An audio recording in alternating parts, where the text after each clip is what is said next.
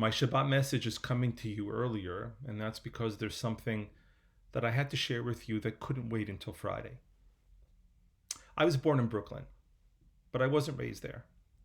9 months after I was born, my parents left for the rolling green hills and new homes and good schools of Long Island.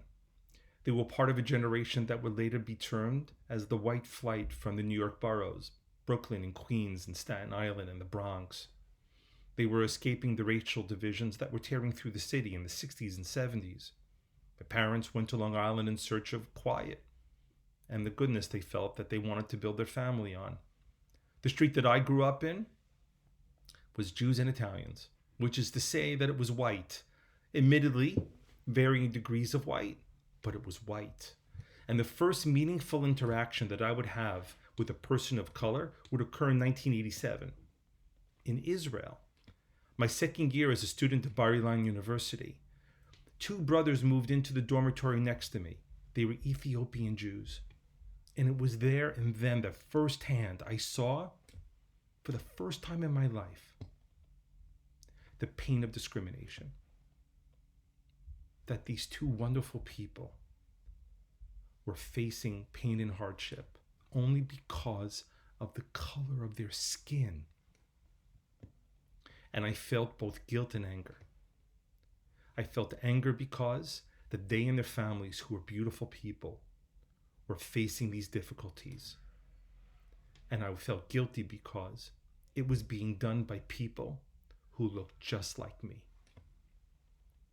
What's taking place in the States, which is capturing the images on our TV sets and our newspapers, which has even remarkably made the economic collapse and the pandemic that is surrounding us as well recede into the back of the news, this is a bellwether moment.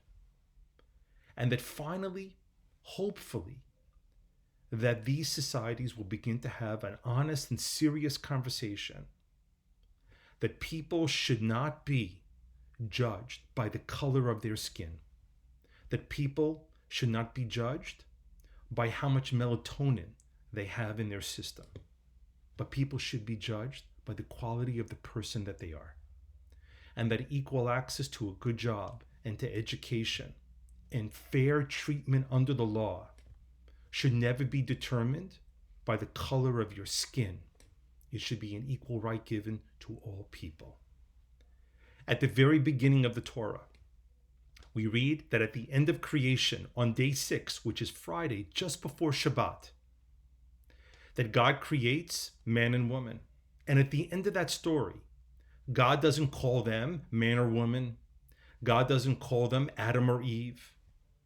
The name that God gives them at the very end of the story of creation is that he calls them human.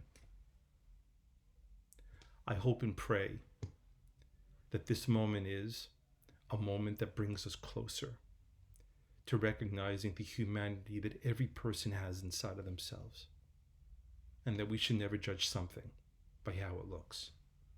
We should judge things and people by the quality of what they are. And I am reminded at this moment of the words of Elie Wiesel, who in the last book in his life that he wrote, penned these words. He said the Jewish mission is not to make the world Jewish. It's to make it more human. I pray we're taking a step closer to that. Shabbat Shalom, and stay safe.